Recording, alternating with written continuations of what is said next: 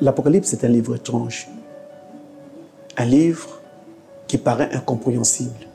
Il a été écrit par l'apôtre Jean sous l'inspiration directe du Christ lui-même.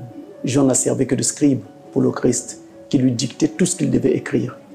Sur l'île de Patmos, de 95 à 96 de notre ère, Jean a écrit toutes les prophéties, toutes les visions qui lui avaient été dictées par le Seigneur. Et sur 22 chapitres et 405 versets, il déroule tout le plan. Il montre comment le bien vaincrait le mal.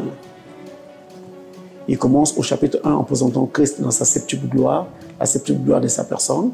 Au chapitre 2 et au chapitre 3, il nous présente les 7 âges de l'Église, d'Éphèse à la Odyssée.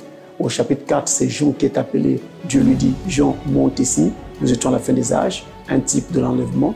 Au chapitre 5, nous voyons les âmes qui sont sous l'autel. Au chapitre 6, s'ouvre alors le mystère des sceaux.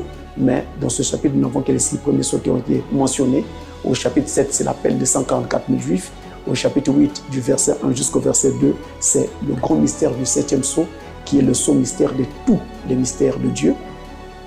À partir du chapitre 9 jusqu'au chapitre 16, il est parlé donc du mystère concernant les trompettes, les 7 trompettes, les 7 coupes et les 7 fléaux. Et entre-temps, au chapitre 10, il est question d'un ange puissant qui descend, qui pose un pied sur la mer et un pied sur la terre, et qui rugit comme rugit un lion. Alors les 7 tonnerres font entendre leur voix.